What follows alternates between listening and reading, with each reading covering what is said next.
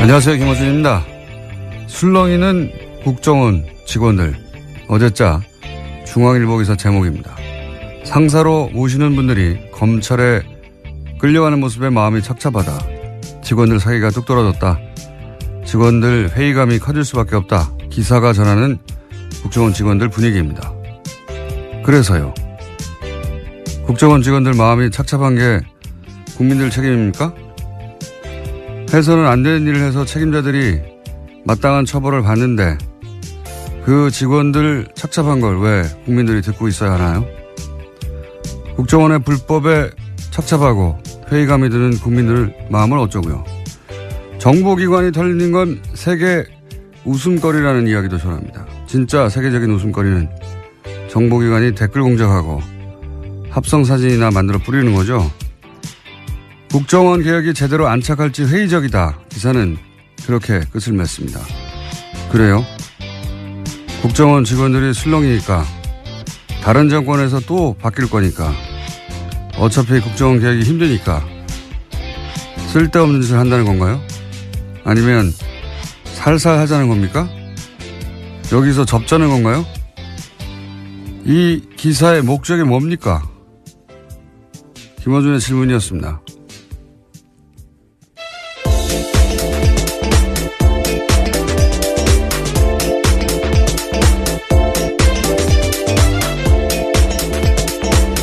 시사인의 김은지입니다. 오늘은 자리를 약간 각을 틀어가지고 좀 멀리 가셨네? 네. 아니, 원래 이 정도 거리를 유지했습니다. 저희가요. 네, 거리는 맞는데 각도가 네. 약간. 예.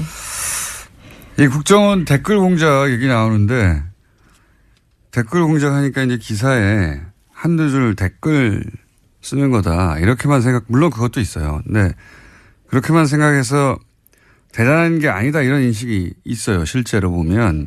지금 이명박 전 대통령 쪽에서 그렇게 주장하고 있습니다. 소수다라는 취지의 이야기인데요. 숫자도 적지만 뭐 댓글 좀 다는 게 어떠냐 이런 인식이 기본적으로 깔려 있는 거예요. 그거 가지고 무슨 여론이 얼마나 바뀌었겠느냐.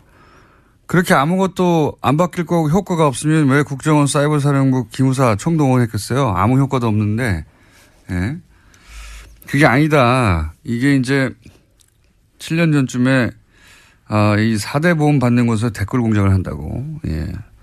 최초로 지적했던 댓글 공작 전문가로서 제가 댓글 공작이 훨씬 더 치밀하고 사악한 거다. 잠깐 예를 들어 볼게요. 이게 이명박 박근혜 정권의 주요 선거에서는 모두 다 등장했지만 예를 들어서 2012년 대선을 들어보면 당시 정권 차원에서 가장 절대 과제가 뭐였냐면 문재인 안철수 단일화를 막거나 혹은 그 효과를 최소화하는 거예요. 그걸 위해서 댓글 공작이 한 일을 구체적으로 얘기를 하자면 친문 친한 싸움을 만들어냅니다. 기본적으로 이 댓글 공작하는 곳에서. 그러니까 친문 친한 다 가짜 계정인 거예요. 이 가짜 계정으로 가짜 싸움을 만들어요. 근데 이 계정들이 갑자기 등장하는 게 아니라 사실은 갑자기 등장하는 계정도 있지만 오래 키운 계정도 있어요. 예. 키운다고 저는 표현하는데 평상시에는 정상적인 것처럼 활동하는 겁니다. 여러 가지 글도 쓰고 커뮤니티 같은 곳에서. 그런데 이제 이런 싸움을 둘 다 가짜를 만들어 가지고 그 내용을 서로 정해놔요. 이쪽에서 이렇게 공격하면 이쪽에서 이렇게 받는 것으로. 그런 내용을 정해놓고 시작합니다. 가짜끼리. 가짜 싸움을 하는 거죠. 그럼 사람들이 진짜 싸움인 줄 알고 이제 같이 댓글을 달고 그 과정에서 지지자들 간의 감정이 상하죠. 이것도 여러 가지 패턴이 있는데 여하간 본질은 똑같아요. 분열 공작이죠. 분열 공작. 네, 여론을 호도하게 만드는 거죠. 이게 실제 커뮤니티에서만 하는 게 아니라 뭐 트윗도 하고 페이스북도 하고 뭐 카톡도 하고 모든 인터넷 공간에서 하거든요. 이렇게 특정인이나 특정 사안을 특정한 프레임으로 집중적으로 몰아가면 강력해요, 사실. 그래서 여론이 정말 그런 건 줄 아는 댓글은 그 일부에 불과한 겁니다. 이게 다 댓글 공작이라는 단어로 다 묶여서 그런 거지. 이렇게 이간질하고 배척하고 하는 진보 분열 공작은 정말 수도 없이 했어요. 수도 없이. 이런 일이 일어나면 여론에 민감한 정치인들이 가장 먼저 영향을 받고요. 그 다음으로는 진보적인 지식인들도 굉장히 영향을 많이 받아요. 그분들의 이제 정보 여론 수집 창구가 온라인이거든요. 댓글 공작이 원래 심리전단에서 시작한 거잖아요. 이게 적을 심리적으로 붕괴시키고 와해시키고 유린하고 그런 전문가 집단이 기획해서 한 거예요. 이게 댓글이라고 하는 어떤 가벼운 뉘앙스 때문에 별거 아닌 것처럼 취급되는데 그렇지 않습니다. 이 국민들 마음을 가지고 조작하고, 예. 굉장히 심각한 범죄예요. 예.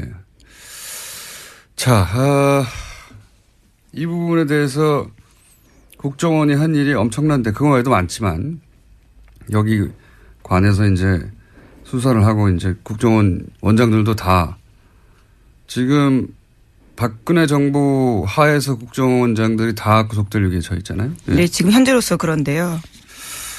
이게 별거 아닌 것처럼 생각하는 사람들이 기자들 중에도 있는데 대단한 겁니다. 예, 저도 직접적인 피해자입니다. 군 사이버 사령부가 단 댓글 기사들 중에서 보면요. 제가 기무사가 단 댓글이 기무사 관련된 지적하는 기사가 있었는데 그 한 장병 같은 경우에 군에 들어가기 전에 자신의 미니 홈피에다가 이명박 전 대통령 관련된 짤을 올린 게 있습니다. 예, 짤이라 하면 여기서 예. 뭐 재미있는 사진 같은 예, 것들인데요. 그와 관련해서 기무사가 따로 불려가지고 군에서 그것들을 내리라고 지시한 바가 있는데 그걸 문제라고 기사 쓴 적이 있거든요. 그때 그런 댓글들이 아주 많이 달렸습니다. 기무사가 원래 그런 거 하는 곳이다. 여자라서 뭘 잘 모른다라 했는데요. 이제 와서 보니까 다 돈 받은 댓글 부대들이 쓴 댓글이었더라고요. 이게 타겟이 되면은 기자들 개인이 감당할 수 없는 수준의 공격이 와요. 예. 이거 정치인을 타겟해서도 마찬가지고 당하면은 견디기 힘듭니다. 저 같은 사람 빼고. 정말이에요. 이런 프레임을 감당하기 힘들어요. 예, 좀 성찰했습니다. 그때 내가 정말 군을 잘 몰라서 쓴 기사인가 뭐 이런 생각도 좀 했었었는데요. 그렇게 생각할 수밖에 없는데 예. 그게 전망위로 일어난다고 생각해요. 정말 많이 달렸거든요. 그런 게. 정치인들은 금방 넘어가고요. 예. 진보적인 지식인들도 여기 많이 이용됐어요. 예.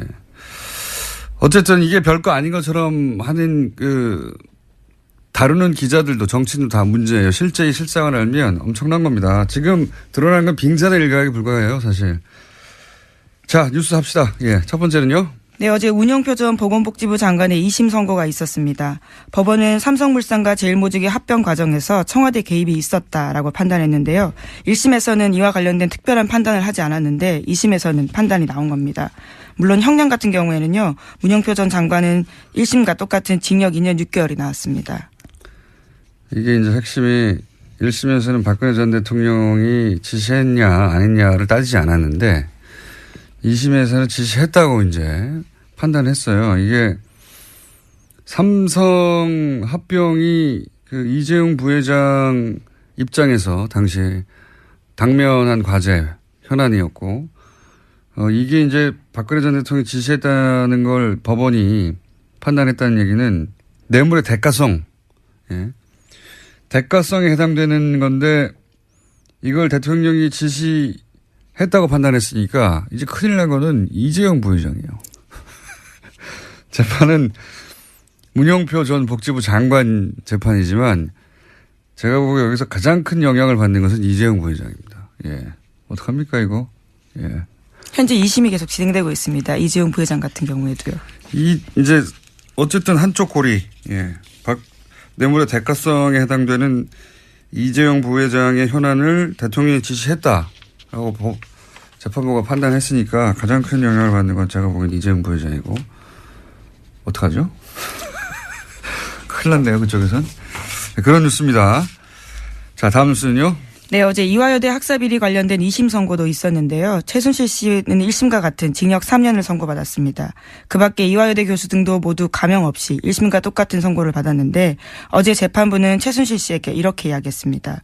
부모로서 자녀에게 원칙과 규칙 대신 강자의 논리와 승자의 수사부터 배우게 했다라고 비판한 겁니다. 네, 뭐 이건 뭐 당연한 이야기라 그런 뉴스가 있었다고 짚는 것으로 이제 마무리하고 넘어가죠. 다음 뉴스는요.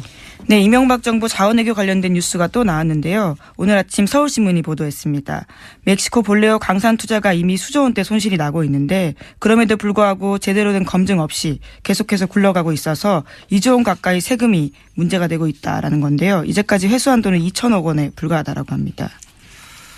이거 자원 외교는 정말 늪과 같은 사안들인데 그 중에 대표적인 것들이 이제 캐나다 사례가 있고 이 볼레오 광산도 어처구니가 없는 사안이에요. 이거 좀 들여다보면 그 초기에는 지분 투자만 한다고 그랬거든요. 근데 나중에 부도가 납니다. 지분 투자를 했는데 광산이 부도가 나요. 부도가 나는데 부도가 난 걸 숨깁니다. 숨기고 나서 거꾸로 어떻게 대응하냐면 그때 손 털고 나왔어야 되는 건데 아예 사업 운영권을 인수한다고 해요. 예. 지분만 참여했다가 나중에는 인수한다고 하는데 그 중간에 부도를 맞이합니다. 예. 그 대목부터 처음부터 이상했지만 여기서부터는 엄청난 돈이 들어가요. 처음에는 지분 투자했다가 나중에 사업권을 운영권을 인수하면서 그리고 이게 미국의 은행이 회계가 불분명하다고 손 털고 나가는 사업이었거든요. 거기를 들어가는 거예요. 게다가 초기에 몇 불이었죠? 많습니다. 하여튼 엄청난 액수가 크니까 엄청난 액수 초기 특히 9천억 불인가요? 예. 그때 들어가는 돈들은요. 이 돈이 광산에 들어갔는지 아닌지 확인할 수가 없어요. 왜 확인할 수가 없냐면 부도가 났잖아요. 그러니까 이 회계가 불투명하고 실제 이 볼레오 현장 회계팀에서 이 돈이 들어왔는지 안 들어왔는지 자료가 없어요. 감사도 할 수 없어요. 이 돈이 제대로 쓰여졌는지 안 쓰여졌는지. 근데 여기다 2조를 더한다는 거 아닙니까? 왜냐하면 우리가 물려있거든요. 여기에. 네, 지금 그런 상황이어서요. 현재 의원 입법을 통해서 광물공사 자본금을 2조에서 4조 원으로 늘리는 안까지 국회에 제출된 상태라고 합니다. 왜냐하면 안 그러면 공사라는 건 국가가 보증하는 거 아닙니까? 공사가 망하게 생겼거든요. 공사가 망하게 생겼으니까 자본금을 늘려줘야 돼가지고. 왜냐하면 이거 하다하다. 이거 따로 한번 해야 되겠네요. 볼레오. 예. 이거는 수많은 사람이 잡혀 들어가야 되는 사건이에요. 이거 정말. 광물공사가 이제 광물공사 나라가 망하지 않았는데 공사가 망하게 생겼어요. 그런 상황에 처해 있습니다. 네. 이 사업 자체가 이 거대한 사기가 아닌 한 이런 일이 벌어질 수는 없는 누구랑 하죠? 저희 한번 요산을 집중적으로 팔 만한 전문가를 모시고 이게 얼마나 어처구니 없는지 한번 따져보기로 하겠습니다. 이건 저는 사기라고 봅니다. 그냥 사기가 아니라 이런 일이 벌어질 수 있나 싶은 어처구니 없는 일들이 많이 벌어졌어요. 예. 이 볼레오 건은 저희가 따로 특별히 시간을 빼서 시간을 진행하겠다고 코너를 진행하겠다고 예고하고 다음으로 넘어가죠. 네, 이명박 전 대통령의 측근인 임태희 전 대통령 비서실장이 있는데요. 당시 국정원의 연예인 블랙리스트를 직접 보고받았다라는 오늘 아침 경향신문 보도가 있습니다. 해당 문건이 나온 건데요. 2011년 7월 무렵에 국정원이 작성한 등록금 집회 참가 연예인 신원사항 등과 같은 내용들이 있습니다. 여기에는 김여진 씨, 김규리 씨, 김미아 씨, 신해철 씨, 윤도현 씨와 같은 사람들의 이름이 쓰여 있는데요. 이와 같은 보고를 직접적으로 임태희 전 비서실장이 받았다라는 겁니다. 이게 참, 이명박 박근혜 정권 하에서는 재밌는 것이, 재밌다기보다는 화가 나는 것이, 이런 문건을 밑에서 작성했다고 칩시다. 예. 그걸 대통령 비서실장이 보고, 대통령 바로 옆에 청와대에서 대통령을 보좌하는 핵심 아닙니까? 대통령 비서실장이 연예인 블랙리스트 보고를 받고 있었다는 거예요. 네, 심지어 사정당국 관계자 말에 따르면요. 연예인 사찰 문건을 비롯한 일부 문건 같은 경우에는 수석실 거치지 않고 비서실장에게 바로 보고가 올라갔다라고 합니다. 여기에 김규리 씨, 거죠. 김미화 씨, 윤도현 씨 이런 사람들 블랙리스트 올려서 어떻게 하겠습니다. 이런 걸 청와대에서 보고받고 있다는 거 아니에요. 심지어 청와대에서 먼저 요청이 오면 국정원이 작성해서 보고가 이뤄진 경우도 있다라고 합니다. 진짜 한심하지 않습니까? 연예인 사찰해가지고 대통령을 보고 안 받았나 모르겠습니다. 예. 대통령 비서실장이 이런 거 보고받고 이 사람 빼, 이 사람 너 잘하고 있어 이런 얘기 하고 있었다는 거 아니에요. 예. 윤도현 씨 빼, 이런 거 하고 있었다는 건 정말 한심하게 짝이 없습니다. 자, 다음은요. 네, 또 관련된 뉴스가 하나 더 있는데요. 이명박 정부 당시 국정원이 2010년 5월 달에 MBC가 준비하던 노무현 전 대통령 서거 1주기 특집 방송에 불방 압력을 가한 정황도 확인됐다라고 경향신문이 보도했습니다. 관련해서 김재철 사장은 선거법을 운운하면서요. 국정원 이야기를 듣고 불방 압력을 넣었는데요. 결과적으로 방송은 나갔습니다. 이걸 국정원은 어떻게 할까요? 예. PD가 특정 프로그램에서 어떤 방송을 준비하고 있다. 국정원이 미리 알았으니까, 예. 연락했을 거 아닙니까? 사장한테. 국정원이 이제 이런 시사방송 하는 PD들도 평소에 사찰하고 있지 않고서야 이런 아이템을 알 수가 없죠. 예. 그 사찰, 아니 뭐 연예인들 사찰해가 대통령 비서실장한테 보고하는데, 예. 웬만한 주요 프로그램 시사적인 프로그램 특히 PD들이 뭘 하는지 사찰은 당연히 했을 거라고 하는 정황이 여기서도 나오네요. 예. 자, 다음은요. 네, 바레인 방문 중인 이명박 전 대통령이요. 어제 페이스북에 자신의 이야기를 좀 올렸습니다. 강연 전문을 올린 건데요. 그 내용들이 좀 눈길을 끕니다. 자신의 어머니가 어려서부터 자기에게 열심히 일해야 한다. 정직하고 성실하게 살아야 한다면서 그러면 하나님께서 기회를 주실 것이다. 라고 해서 그렇게 말씀하셨다라는 내용을 썼습니다. 어머님이 아들이 정직하지 않을까 봐 걱정이 많으셨나 봅니다. 이런 말씀을 많이 하셨다니까. 훌륭한 어머님이시네요. 네, 이명박 전 대통령 같은 경우에는 가훈이 정직이라고도 알려져 있어서요. 네. 어머님 걱정이 많으셨던 거예요. 예. 어머님은 훌륭하셨던 분인 것 같습니다. 네, 미리 아셨던 것 같아요. 자, 시간이 1분 정도 남았다. 네. 저희 PD가 예. 제스처를 하네요. 네, 무엇을 먼저 하면 좋을까요? 제목만 읽고 축축 지나가죠. 예. 네, 국민의당과 바른정당 간의 이른바 중도통합 움직임이 속도를 내고 있습니다. 그래서 어제 안철수, 유승민 두 대표가 비공개로 통합 방식과 형태를 논의하면서 만났습니다. 네, 속도 안 납니다. 자, 다음은요. 네, 도널드 트럼프 미국 대통령이 진짜 미치광이인지 북한이 미국의 한반도 전문가들에게 물어봤다고 미국의 정치 전문 매체 폴리티코가 보도했습니다. 여기서 미치광이는 not이라는 영어 단어인데요. 이렇게 해석했습니다. 꼭 미치광이라는 뜻은 아니지만, 예. 이거 사실 미국 사회에서 주요한 질문입니다. 최근에 부상하고 있는 미국의 정신과 전문의들이 한 27명 모여가지고 똑같은 얘기를 하고 그걸 책으로 내고 그래서 뭐 베스트셀러도 되고 최근 미 의회에서도 대통령의 핵 권한, 전쟁 개시 권한을 축소해야 된다, 제한해야 된다 진행하고 있거든요. 그러니까 결국은 트럼프 대통령의 지금 정신 건강이 전 세계를 멸망시킬 수도 있는 핵무기 버튼을 막힐 만큼 안정적인가 이 질문을 정치권에서도 미국 정신의학에서 하고 있어요. 네. 뉴스 공장을 다 들었는지 이 사람들이. 외교 테이블에서도 굉장히 중요하게 다뤄진다는 건데요. 북한 쪽에서는 트럼프 대통령이 미치광이인지 아니면 단순히 신용하는 것인지 알고 싶어 한다라는 겁니다. 북한만 궁금한 게 아니라 전 세계가 궁금하고 특히 미국 정치권과 정신의학계에서 이 질문을 계속하고 있습니다. 최근에. 그래서 뉴욕타임즈 베스트셀러도 됐어요. 예. 이 책 한번 소개해야 되겠네요. 자세히. 예. 자, 그런 이야기들 오가고 있습니다. 오늘은 여기까지 하겠습니다. 시사인의 김은지였습니다. 감사합니다. 포털 네이버의 문제. 네, 저희가 꾸준히 관심을 가지고 다뤄왔던 사안입니다. 그런데 이제 지지난주였던가요? 예. 이 문제를 오랫동안 이야기하셨던 그리고 기사로 쓰셔서 네이버에서 처음으로 기사 재배치가 있었다. 외부 청탁에 의한 인정하게 만드셨던 분이죠. 저희 방송에서 나오셨던 박동희 엠스플 뉴스 대표 기자. 오늘 다시 한번 스튜디오에 나오셨습니다. 안녕하십니까? 네, 안녕하세요. 예.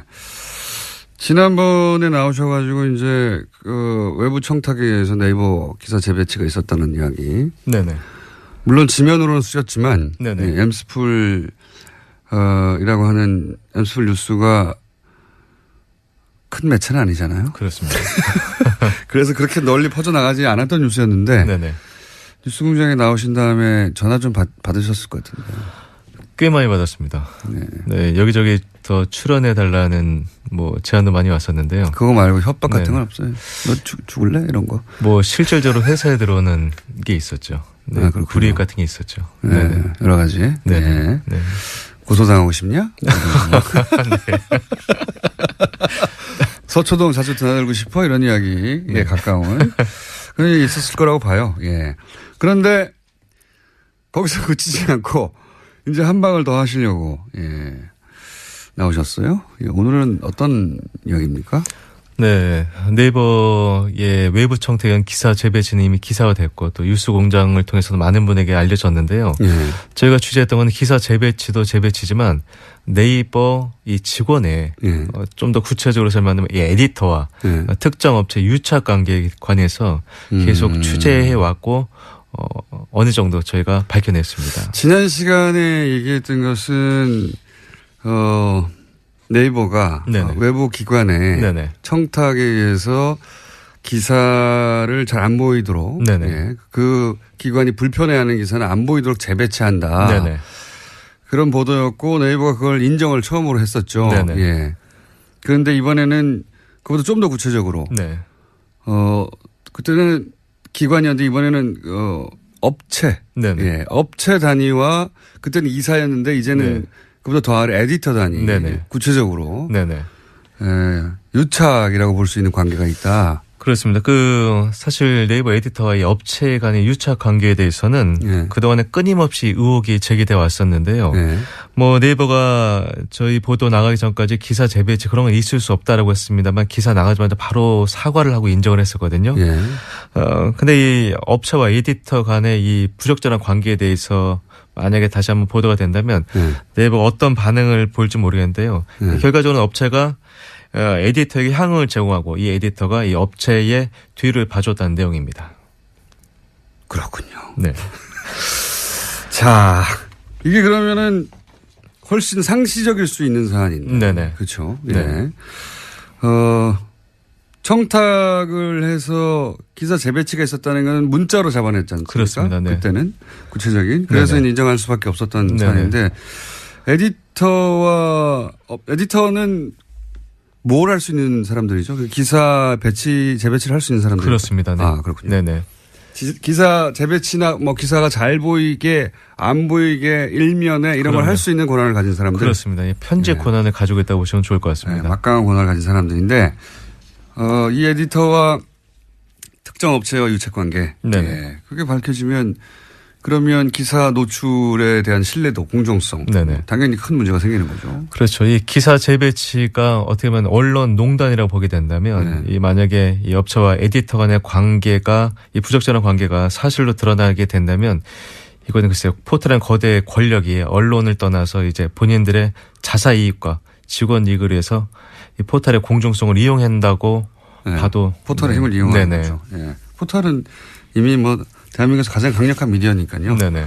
이건 뭐 예를 들어서 편집장, 네네. 조선일보 편집장, 혹은 뭐 주요 일간지 편집장이 특정 업체로부터 지속적으로 향응을 제공받아서 거기 유리한 기사를 썼다. 이러면 큰 사회적 문제가 되거든요. 그럼요. 네. 그런 것과 마찬가지 맥락의 일인데 구체적으로 어떤 일이 있었습니까? 네, 의혹이 불거진 건 네이버 자동차 섹션입니다. 이 네이버 자동차 섹션 이 모 에디터가 유명 수입차 홍보 대행사로부터 시승을 핑계로 짧게는 반년, 길게는 반년, 짧게는 5일 이상씩 차를 빌려 탔다는 소문이 업계에 싹 퍼져 있었는데요. 시승을 반년 동안 해요?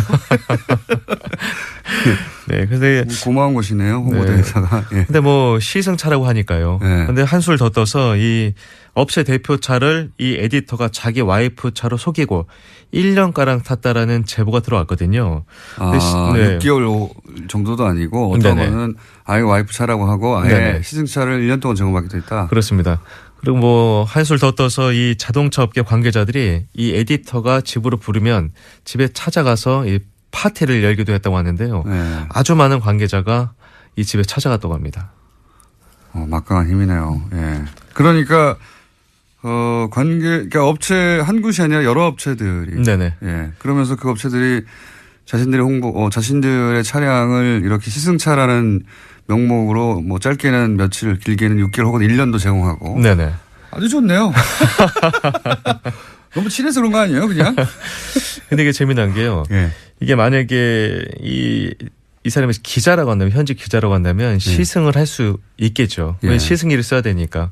근데 이 네이버 자동차 에디터 이모 씨는 네이버 입사 전까지는 자동차 전문 기자였습니다만 네이버 입사 이후로는 그렇진 않거든요. 네이버 직원이잖아요. 직접 시승해서 시승기를 쓴 적은 한 번도 없다? 네. 근데 본인이 저희가 찾아가서 물어봤죠.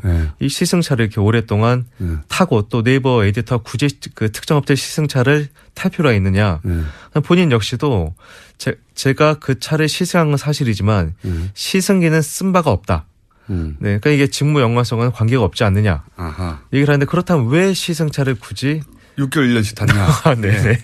차가 좋아서 시승하라고 제공해 주니까. 그리고 사실관계는 확인이 된 겁니까? 네, 6개월 1년 이런 말씀 하신 거예요? 제가 취재를 해봤는데요. 특히나 이 대차를 많이 해준 곳이 이 독일 수입차 브랜드가 많았습니다. 그렇겠죠, 아무래도. 네네. 왜냐하면 디젤 게이트 이후에 제가 업계를 취재해 보니까 아무래도 이 브랜드 이미지를 개선하기 위해서 전방위적인 노력을 했다라고 하는데요.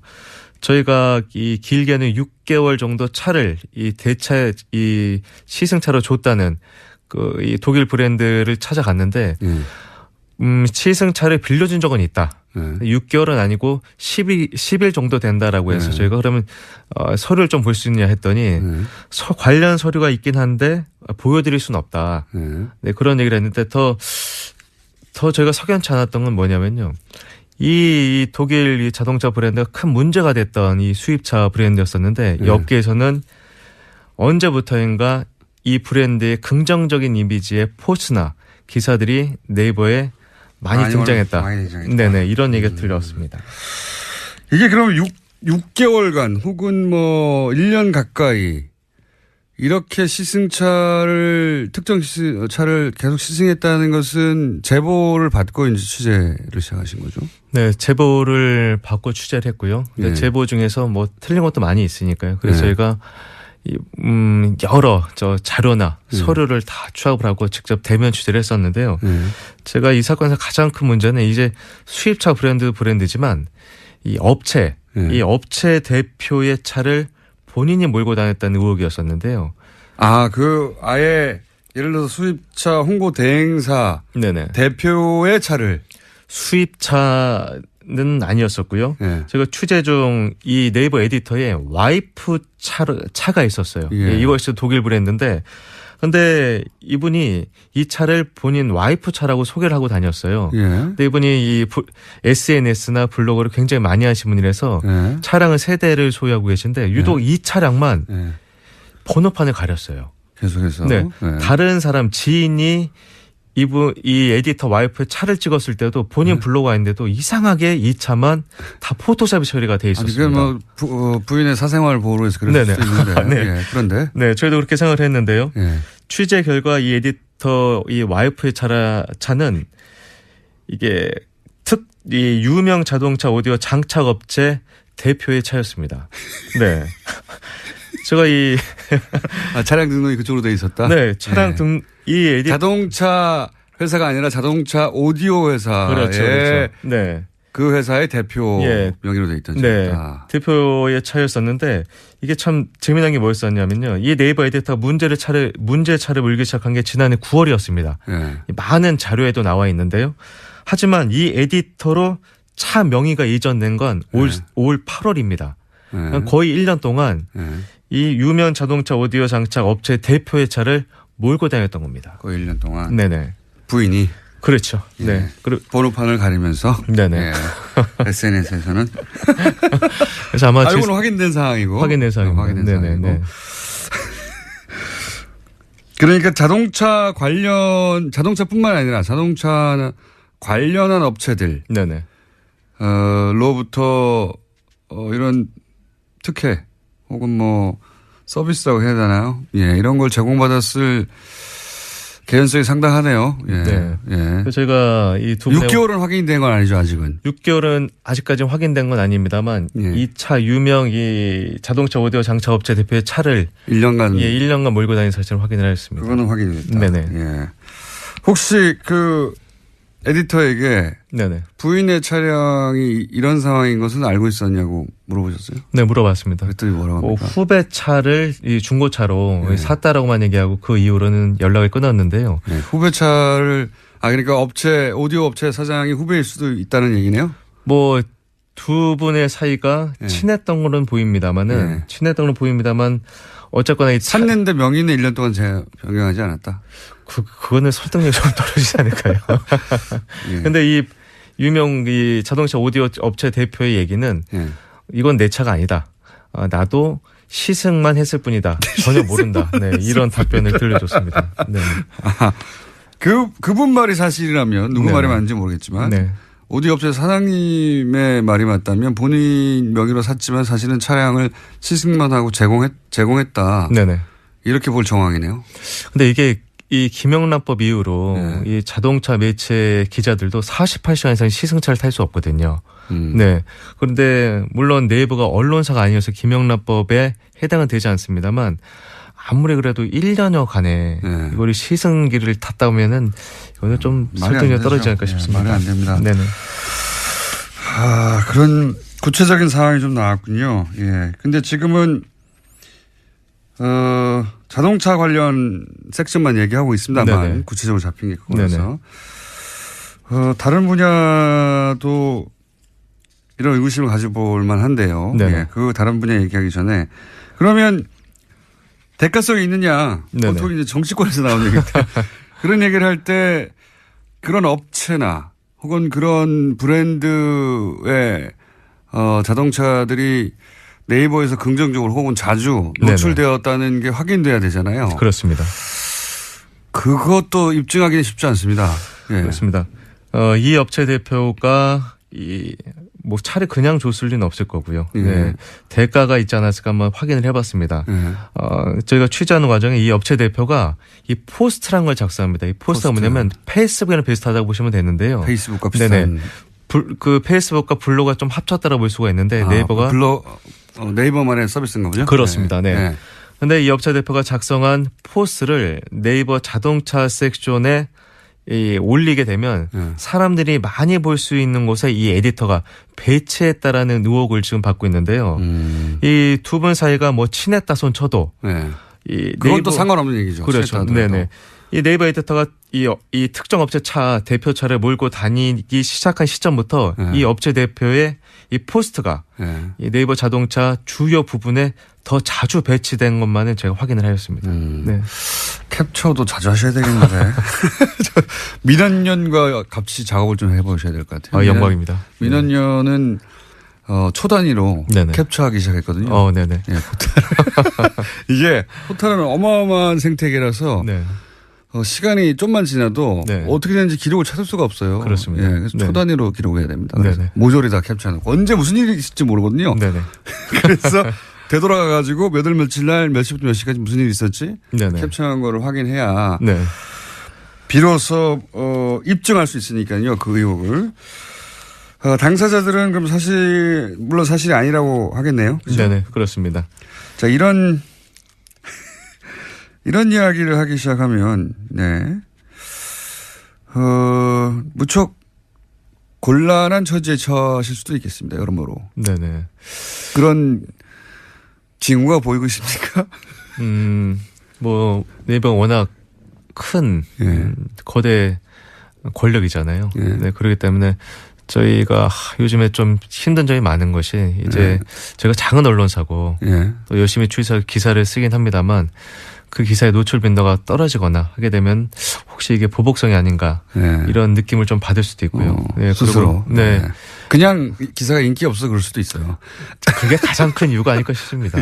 그럴 수도 있긴 한데 그런 두려움이 당연히 있겠죠. 네이버 같은 곳에서 노출시키지 않으면 매체사는 사실 굉장히 어렵거든요.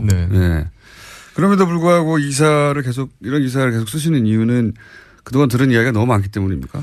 그동안 취재했던 내용이 너무 많고요. 그리고 이번에 네이버 한성수 대표가 구글을 새로운 프레임으로 삼아서 또 이제 구글이 바로 서야 된다 이런 식으로 말씀하고 계시잖아요. 예, 구글 세금 문제도 얘기하고, 네네네. 예, 구글을 공격하는 것으로. 네.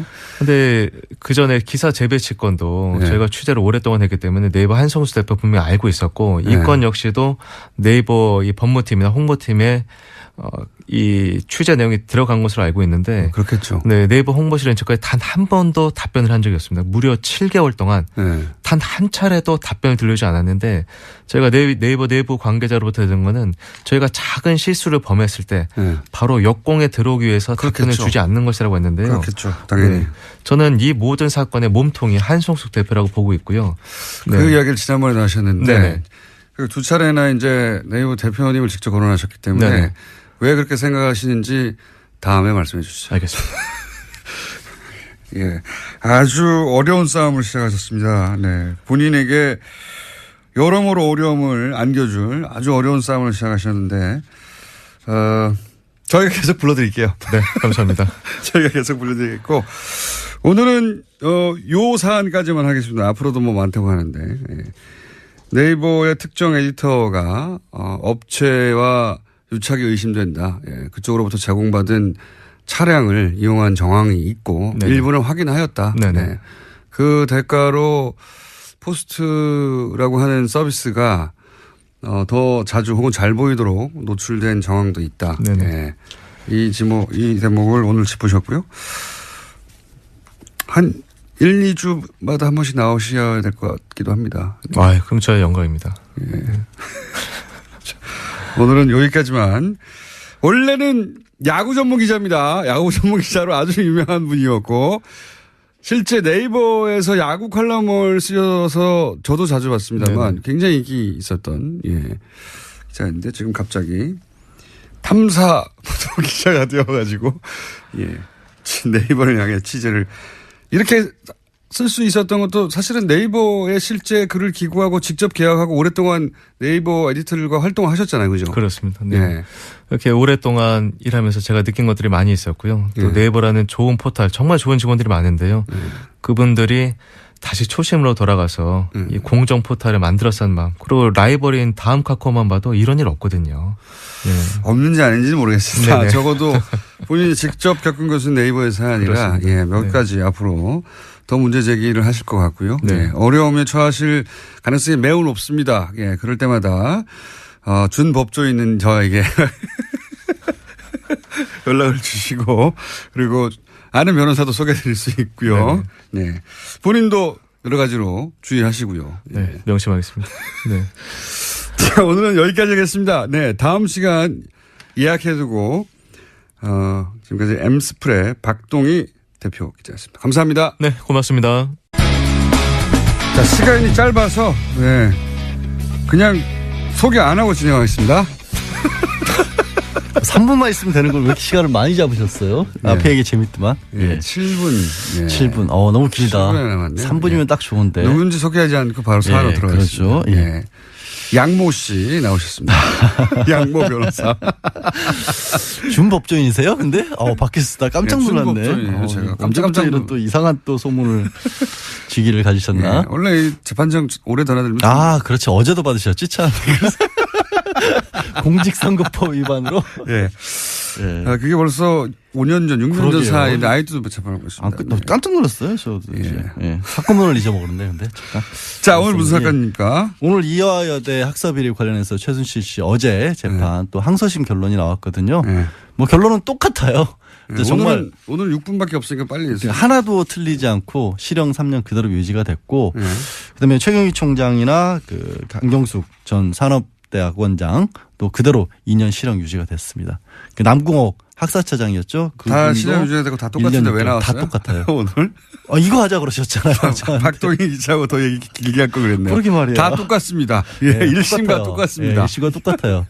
변호사들만 기운이 많이 빠지죠, 이럴 때는. 근데 이제 재판부에서는 뭐 뉴스를 읽으세요. 다 똑같으니까 이렇게 하고 끝나면 되는 거 아닙니까? 다른 거죠. 다른 게 뭡니까? 다른 게. 다른 게 없어요, 사실. 다른 게 없어요. 다른 게 없다고 합니다. 다른 게 없어요. 근데 말은 이제 좀 일침을 가한다고 재판부에서도 네. 부모로서 이제 자녀에게 원칙과 규칙이 아니라 강자의 논리와 승자의 수사를 배우겠다라는 네. 좀 나름 멋진 말을 하셨고요. 예. 교수들한테도 왜 교수들이 제자들에게는 정의를 얘기하면서 스스로는 부정과 편법을 저질렀느냐 라면서 질타를 했는데 의미를 굳이 찾자면 3년 실형이 사실상 확정이 된 거죠. 대법원 가서 바뀔 그렇죠. 가능성이 별로 없기 때문에. 거의 없죠, 이제. 그러면 이제 최순실의 그 구속영장, 구속이 이제 오는 19일로 만료가 되는데 예. 16일쯤에 이제 3차 영장 청구를 한다고 하거든요. 예. 그 영장실질심사에서 영장실질심사라는 판사 입장에서는 3년 실형이 확정된 사람이기 때문에 영장을 발부해 줄 가능성이 훨씬 높아졌다라는 거죠. 그렇죠, 뭐, 사실. 네. 실형도 확정이 너무 됐고. 뻔한 얘기인가요, 이것도? 아, 전문 피의자 입장으로서 너무, 피고인 입장으로서 너무 뻔한 얘기인데 하여튼. 예, 모르는 얘기를 좀 해주세요. 예, 모르는 얘기. 근데 이제 이런 생각이 듭니다. 이대 사건 처음 났을 때, 전면 부인했거든요. 그렇죠. 예, 그 교수님들 다 전면 부인하고, 그 다음에 청문회 나와서도 사실은 다 위증했죠. 아, 하나 새로운 얘기가 나왔네요. 네. 그러고 보니까. 그 최경희 총장하고 남궁건 처장이 청문회에서 네. 다 모른다, 안 만났다고 네. 부정했던 부분들이 1심에서는 무죄였는데 네네. 그 부분도 유죄로 바꿨습니다. 위증으로. 예. 예. 근데 물론 형량이 달라지진 않았고요. 예. 근데 위증으로 판단했다는 게 이제 달라진 건데. 네, 예. 그렇소.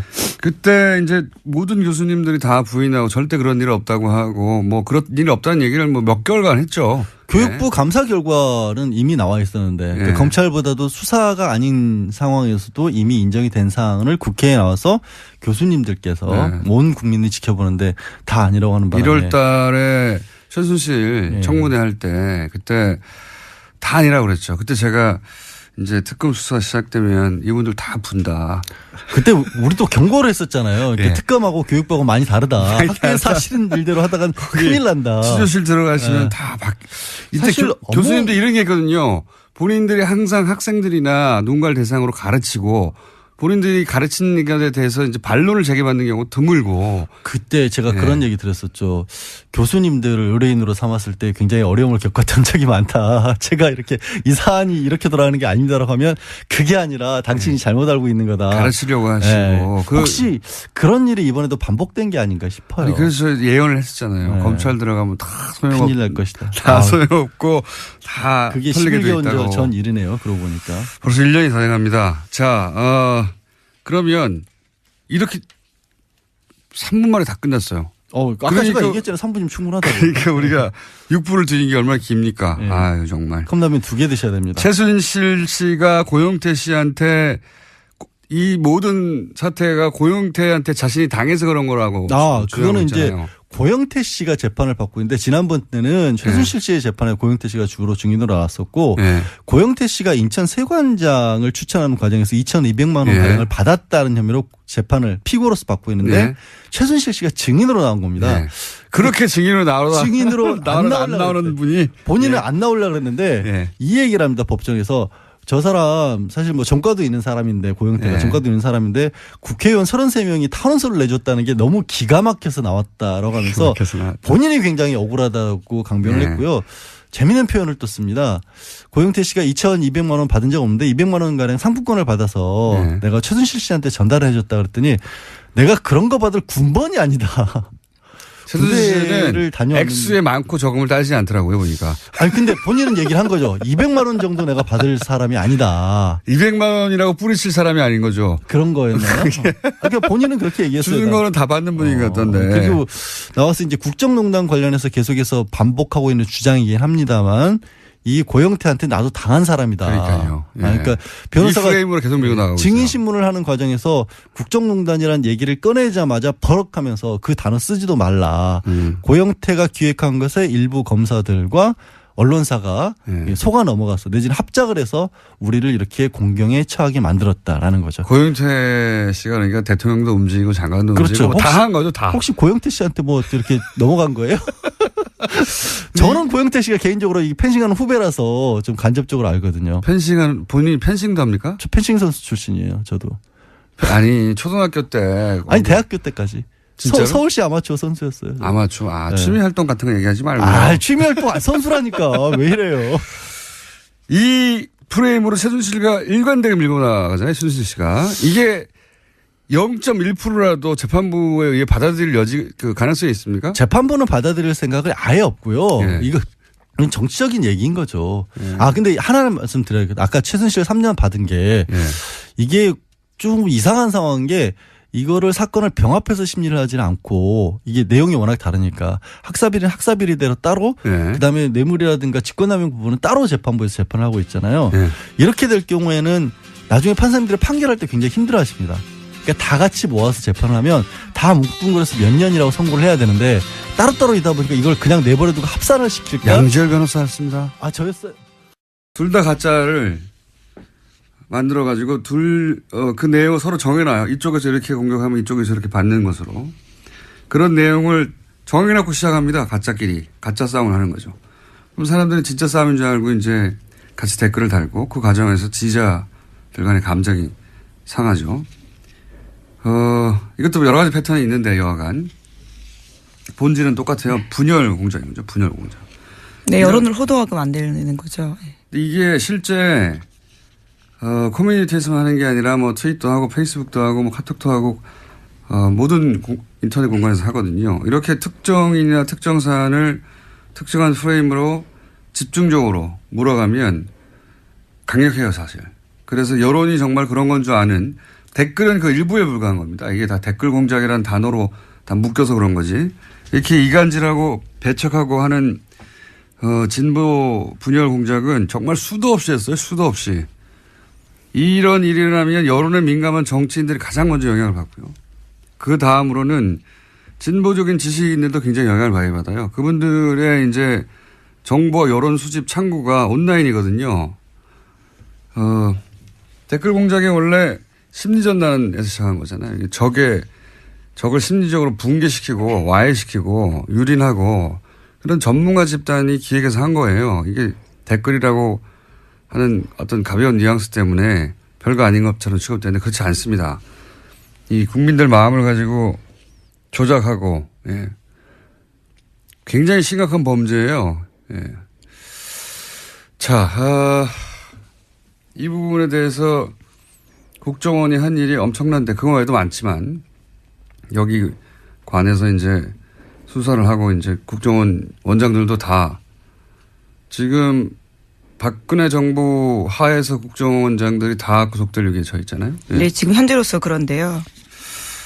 이게 별거 아닌 것처럼 생각하는 사람들이 기자들 중에도 있는데 대단한 겁니다. 예, 저도 직접적인 피해자입니다. 군 사이버사령부가 단 댓글 기사들 중에서 보면요. 제가 기무사가 단 댓글이 기무사 관련된 지적하는 기사가 있었는데 그 한 장병 같은 경우에 군에 들어가기 전에 자신의 미니홈피에다가 이명박 전 대통령 관련된 짤을 올린 게 있습니다. 짤이라면 여기서 뭐 재미있는 사진 같은 것들인데요. 그와 관련해서 기무사가 따로 불려가지고 군에서 그것들을 내리라고 지시한 바가 있는데 그걸 문제라고 기사 쓴 적이 있거든요. 그때 그런 댓글들이 아주 많이 달렸습니다. 기무사가 원래 그런 거 하는 곳이다. 여자라서 뭘 잘 모른다라 했는데요. 이제 와서 보니까 다 돈 받은 댓글 부대들이 쓴 댓글이었더라고요. 이게 타겟이 되면은 기자들 개인이 감당할 수 없는 수준의 공격이 와요. 이거 정치인을 타겟해서도 마찬가지고 당하면은 견디기 힘듭니다. 저 같은 사람 빼고. 정말이에요. 이런 프레임을 감당하기 힘들어요. 예, 좀 성살했습니다. 그때 내가 정말 군을 잘 몰라서 쓴 기사인가 뭐 이런 생각도 좀 했었었는데요. 그렇게 생각할 수밖에 없는데 그게 전망위로 일어난다고 생각해요. 정말 많이 달렸거든요. 그런 게. 정치인들은 금방 넘어가고요. 진보적인 지식인들도 여기 많이 이용됐어요. 어쨌든 이게 별거 아닌 것처럼 하는 다루는 기자들도 정치인도 다 문제예요. 실제 실상을 알면 엄청난 겁니다. 지금 드러난 건 빙산의 일각에 불과해요, 사실. 자, 뉴스 합시다. 첫 번째는요. 네, 어제 운영표 전 보건복지부 장관의 2심 선고가 있었습니다. 법원은 삼성물산과 제일모직의 합병 과정에서 청와대 개입이 있었다라고 판단했는데요. 1심에서는 이와 관련된 특별한 판단을 하지 않았는데 2심에서는 판단이 나온 겁니다. 물론 형량 같은 경우에는요. 문영표 전 장관은 1심과 똑같은 징역 2년 6개월이 나왔습니다.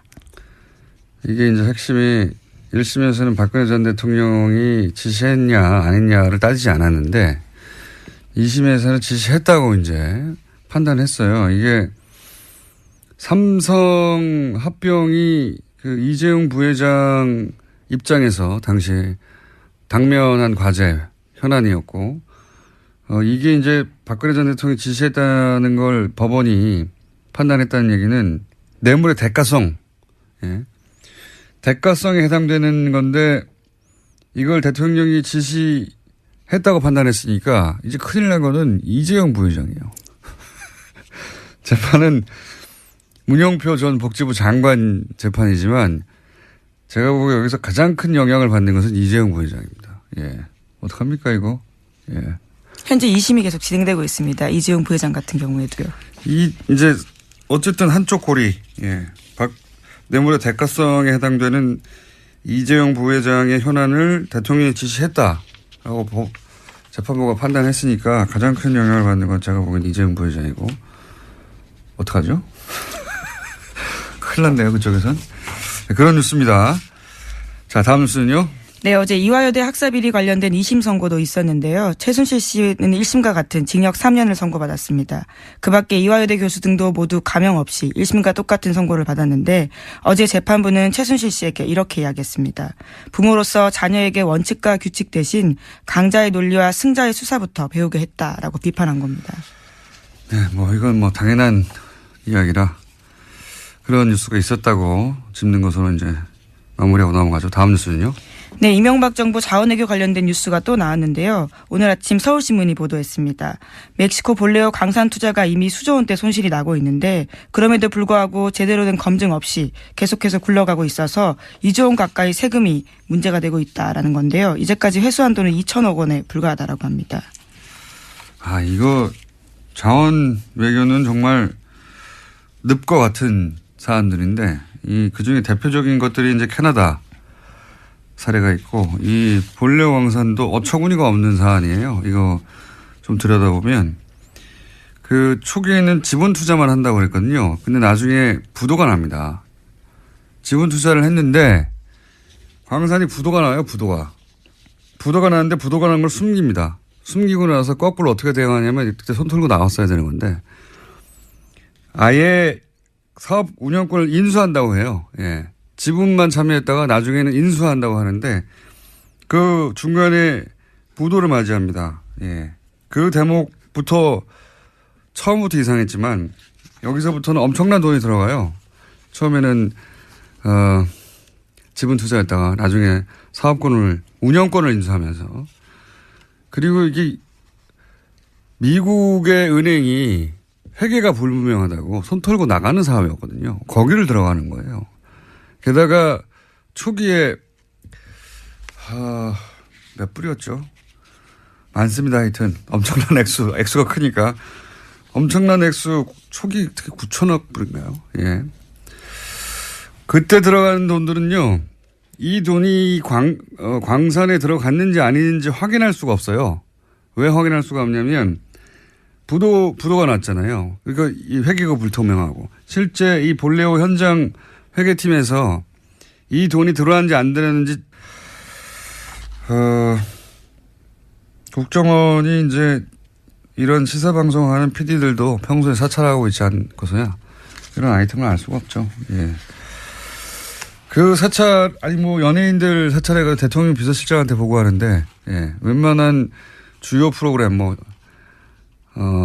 시사적인 프로그램 특히 PD들이 뭘 하는지 사찰은 당연히 했을 거라고 하는 정황이 여기서도 나오네요. 예. 자, 다음은요. 네, 바레인 방문 중인 이명박 전 대통령이요. 어제 페이스북에 자신의 이야기를 좀 올렸습니다. 강연 전문을 올린 건데요. 그 내용들이 좀 눈길을 끕니다. 자신의 어머니가 어려서부터 자기에게 열심히 일해야 한다. 정직하고 성실하게 살아야 한다면서 그러면 하나님께서 기회를 주실 것이다. 라고 해서 그렇게 말씀하셨다라는 내용을 썼습니다. 어머님이 아들이 정직하지 않을까 봐 걱정이 많으셨나 봅니다. 이런 말씀을 많이 하셨다니까. 훌륭한 어머님이시네요. 네, 이명박 전 대통령 같은 경우에는 가훈이 정직이라고도 알려져 있어서요. 네. 어머님 걱정이 많으셨던 거예요. 예. 어머님은 훌륭하셨던 분인 것 같습니다. 네, 미리 아셨던 것 같아요. 자, 시간이 1분 정도 남았다. 네. 저희 PD가 예. 제스처를 하네요. 네, 무엇을 먼저 하면 좋을까요? 제목만 읽고 축축 지나가죠. 예. 네, 국민의당과 바른정당 간의 이른바 중도통합 움직임이 속도를 내고 있습니다. 그래서 어제 안철수, 유승민 두 대표가 비공개로 통합 방식과 형태를 논의하면서 만났습니다. 네, 속도 안 납니다. 자, 다음은요. 네, 도널드 트럼프 미국 대통령이 진짜 미치광이인지 북한이 미국의 한반도 전문가들에게 물어봤다고 미국의 정치 전문 매체 폴리티코가 보도했습니다. 여기서 미치광이는 nut이라는 영어 단어인데요. 이렇게 해석했습니다. 예, 꼭 미치광이라는 뜻은 아니지만, 예. 이거 사실 미국 사회에서 주요한 질문입니다. 최근에 부상하고 있는 미국의 정신과 전문의들이 한 27명 모여가지고 똑같은 얘기를 하고 그걸 책으로 내고 그래서 뭐 베스트셀러도 되고 최근 미 의회에서도 대통령의 핵 권한, 전쟁 개시 권한을 축소해야 된다, 제한해야 된다 진행하고 있거든요. 그러니까 결국은 트럼프 대통령의 지금 정신 건강이 전 세계를 멸망시킬 수도 있는 핵무기 버튼을 막힐 만큼 안정적인가 이 질문을 정치권에서도 미국 정신의학에서 하고 있어요. 네, 네. 뉴스 공장을 다 들었는지 이 사람들이. 외교 테이블에서도 굉장히 중요하게 다뤄진다는 건데요. 북한 쪽에서는 트럼프 대통령이 미치광이인지 아니면 단순히 신용하는 것인지 알고 싶어 한다라는 겁니다. 북한만 궁금한 게 아니라 전 세계가 궁금하고 특히 미국 정치권과 정신의학계에서 이 질문을 계속하고 있습니다. 최근에.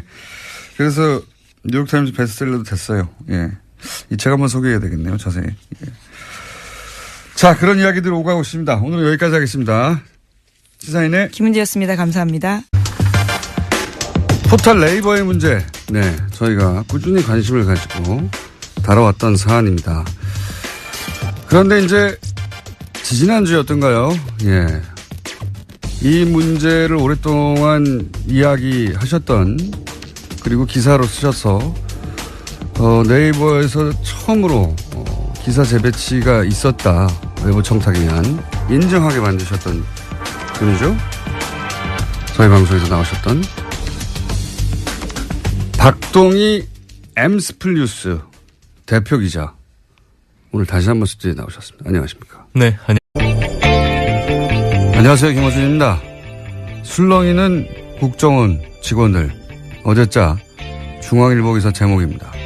상사로 모시는 분들이 검찰에 끌려가는 모습에 마음이 착잡하다. 직원들 사기가 뚝 떨어졌다.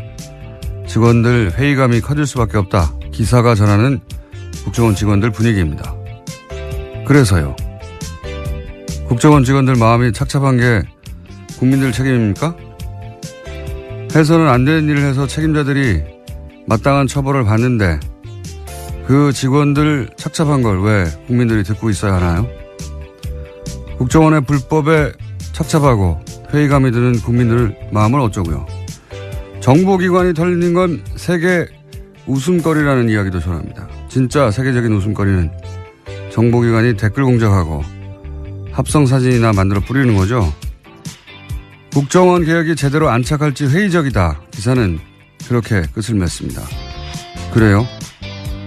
국정원 직원들이 술렁이니까 다른 정권에서 또 바뀔 거니까 어차피 국정원 개혁이 힘드니까 쓸데없는 짓을 한다는 건가요?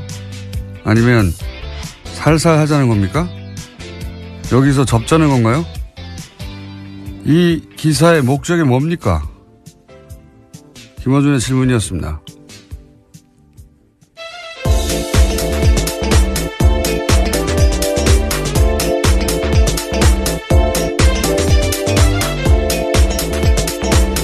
시사인의 김은지입니다. 오늘은 자리를 약간 각을 틀어가지고 좀 멀리 가셨네? 네. 아니, 원래 이 정도 거리를 유지했습니다. 저희가요. 네, 거리는 맞는데 각도가 네. 약간. 예. 이 국정원 댓글 공작 얘기 나오는데 댓글 공작하니까 이제 기사에 한두 줄 댓글 쓰는 거다. 이렇게만 물론 그것도 있어요. 근데 그렇게만 생각해서 대단한 게 아니다 이런 인식이 있어요. 실제로 보면. 지금 이명박 전 대통령 쪽에서 그렇게 주장하고 있습니다. 소수다라는 취지의 이야기인데요. 숫자도 적지만 뭐 댓글 좀 단 게 어떠냐 이런 인식이 기본적으로 깔려 있는 거예요. 그거 가지고 무슨 여론이 얼마나 바뀌었겠느냐. 그렇게 아무것도 안 바뀔 거고 효과가 없으면 왜 국정원 사이버사령부 기무사 총동원했겠어요. 아무 효과도 없는데. 예. 그게 아니다. 이게 이제 7년 전쯤에 이 4대 보험 받는 곳에서 댓글 공작을 한다고. 예. 최초로 지적했던 댓글 공작 전문가로서 제가 댓글 공작이 훨씬 더 치밀하고 사악한 거다. 잠깐 예를 들어볼게요. 이게 이명박 박근혜 정권의 주요 선거에서는 모두 다 등장했지만 예를 들어서 2012년 대선을 들어보면 당시 정권 차원에서 가장 절대 과제가 뭐였냐면 문재인 안철수 단일화를 막거나 혹은 그 효과를 최소화하는 거예요. 그걸 위해서 댓글 공작이 한 일을 구체적으로 얘기를 하자면 친문 친한 싸움을 만들어냅니다. 기본적으로 이 댓글 공작하는 곳에서. 그러니까 친문 친한 다 가짜 계정인 거예요. 이 가짜 계정으로 가짜 상황을 만들어요. 근데 이 계정들이 갑자기 등장하는 게 아니라 사실은 갑자기 등장하는 계정도 있지만 오래 키운 계정도 있어요. 예. 키운다고 저는 표현하는데 평상시에는 정상적인 것처럼 활동하는 겁니다. 여러 가지 글도 쓰고 커뮤니티 같은 곳에서. 그런데 이제 이런 싸움을 자료가 없어요. 감사도 할 수 없어요. 이 돈이 제대로 쓰여졌는지 안 쓰여졌는지. 근데 여기다 2조를 더 한다는 거 아닙니까? 왜냐하면 우리가 물려 있거든요, 여기에. 네, 지금 그런 상황이어서요. 현재 의원 입법을 통해서 광물공사 자본금을 2조에서 4조 원으로 늘리는 안까지 국회에 제출된 상태라고 합니다. 왜냐하면 안 그러면 공사. 예. 공사라는 건 국가가 보증하는 거 아닙니까? 공사가 망하게 생겼거든요. 공사가 망하게 생겼으니까 자본금을 늘려줘야 돼가지고. 왜냐면, 이거 하다하다.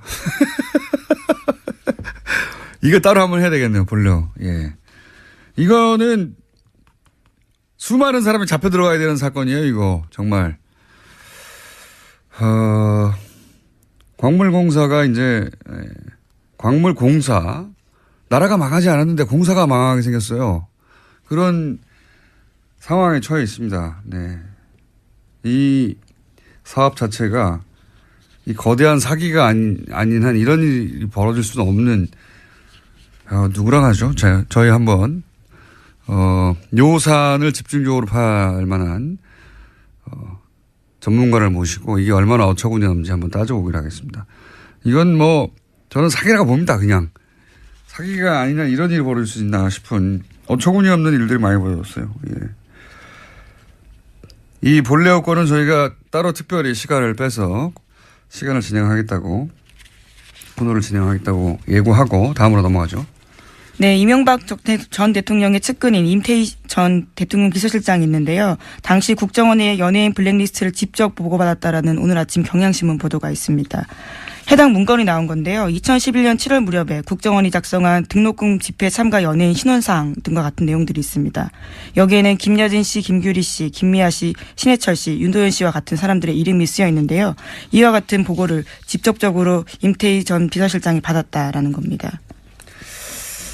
이게 참, 이명박 박근혜 정권 하에서는 재밌는 것이, 재밌다기보다는 화가 나는 것이, 이런 문건을 밑에서 작성했다고 칩시다. 예.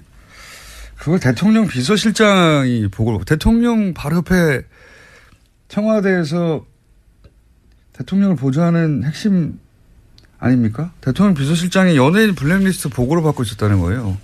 네, 심지어 사정당국 관계자 말에 따르면요. 연예인 사찰 문건을 비롯한 일부 문건 같은 경우에는 수석실 거치지 않고 비서실장에게 바로 보고가 올라갔다라고 합니다.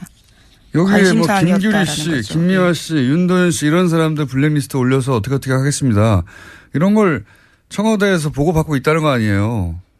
심지어 청와대에서 먼저 요청이 오면 국정원이 작성해서 보고가 이뤄진 경우도 있다라고 합니다. 진짜 한심하지 않습니까? 연예인 사찰해가지고 대통령을 보고 안 받았나 모르겠습니다. 예. 대통령 비서실장이 이런 거 보고받고 이 사람 빼, 이 사람 너, 잘하고 있어. 이런 얘기 하고 있었다는 거 아니에요. 예. 윤도현 씨 빼, 이런 거 하고 있었다는 거. 정말 한심하게 짝이 없습니다. 자, 다음은요. 네, 또 관련된 뉴스가 하나 더 있는데요. 이명박 정부 당시 국정원이 2010년 5월 달에 MBC가 준비하던 노무현 전 대통령 서거 1주기 특집 방송에 불방 압력을 가한 정황도 확인됐다라고 경향신문이 보도했습니다. 관련해서 김재철 사장은 선거법을 운운하면서요. 국정원 이야기를 듣고 불방 압력을 넣었는데요. 결과적으로 방송은 나갔습니다. 이걸 국정은 어떻게 할까요? 예. PD가 특정 프로그램에서 어떤 방송을 준비하고 있다. 국정원이 미리 알았으니까, 예. 연락했을 거 아닙니까? 사장한테.